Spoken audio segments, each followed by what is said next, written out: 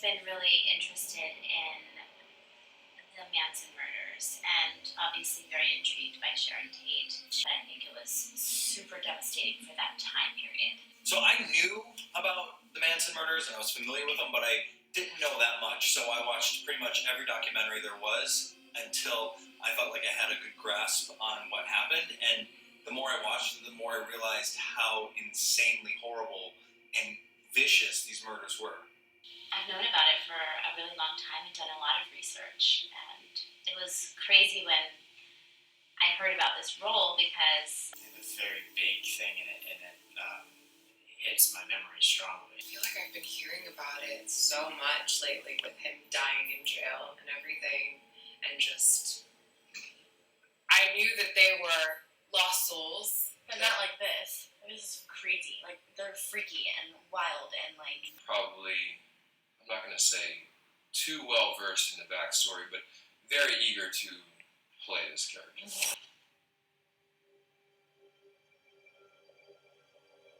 When I first read the script, I absolutely loved it. It's so well written, and I love that it's from the perspective of Sharon Tate and Jay Sebring before the murders happened, because so much of the coverage of this event is done from, the Charles Manson side. You don't see many different documentaries or many films where the outcome, unfortunately, in reality is not different, but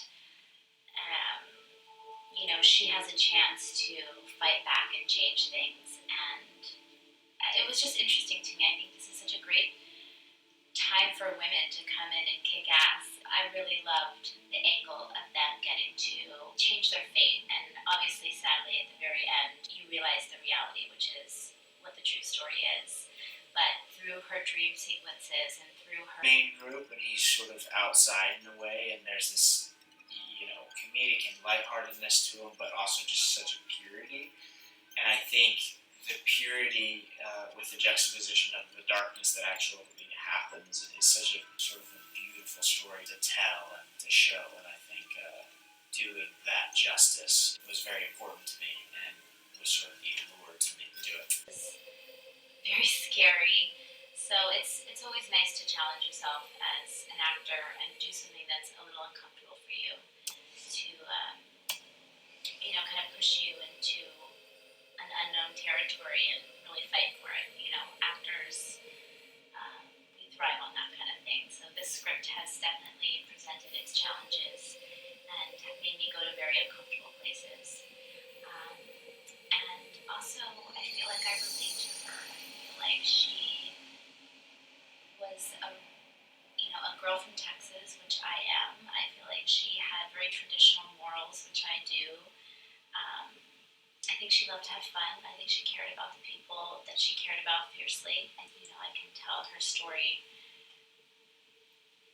and portray her not accurately. Obviously, I have to bring myself to the table, and, this is a different version than the real one. But I think she was an amazing person, and just, I want to do right by her.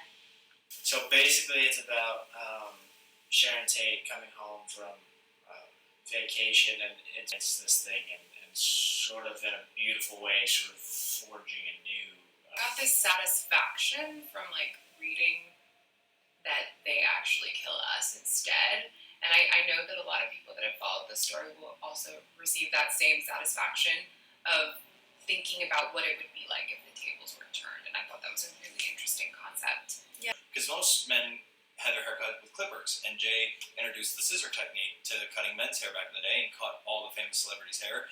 And I actually went to dinner with Lainey Kazan, who is an actress I worked with before, who actually went on a date with Jay Sebring 2 days before he died.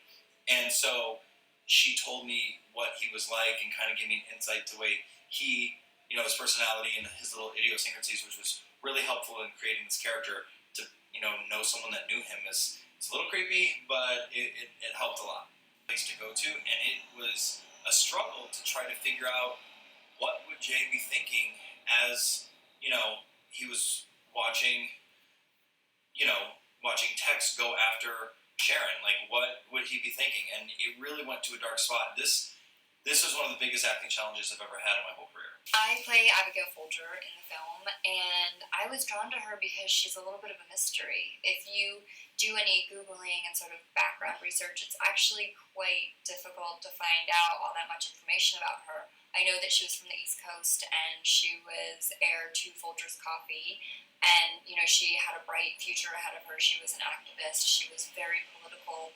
And, she actually had lectured at the junior high that my mother had gone to a few years before her murder. And He was pretending to take the LSD, Yeah. but really he wasn't taking it, and he was manipulating all of us.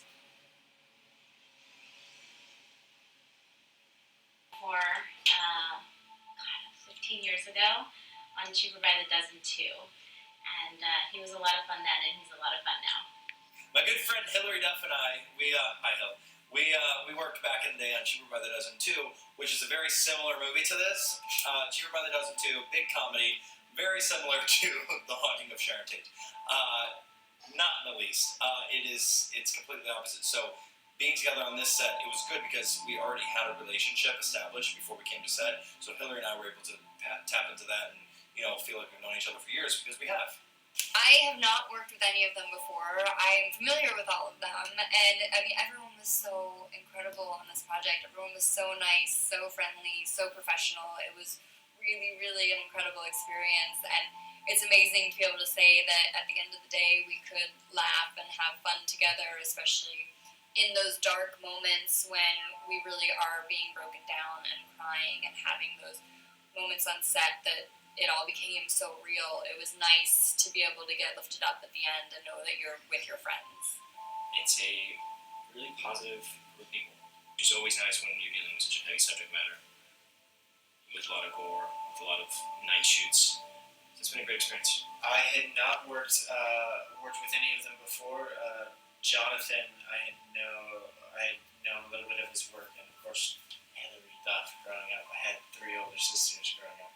In this film, I'm terrorizing Hilary, and but 6 months ago, I was terrorizing her older sister Haley. It seems like I have a unique job to terrorize the Duff family. The other day we were shooting a scene where there was lots of fake blood involved, and we had nooses around our neck, and there's knives to our throats, and sometimes it just gets really real. And obviously it's very helpful during shooting the scene, but there have been moments where I have to just walk outside and take a moment to gather my thoughts and pull myself out of the reality that happened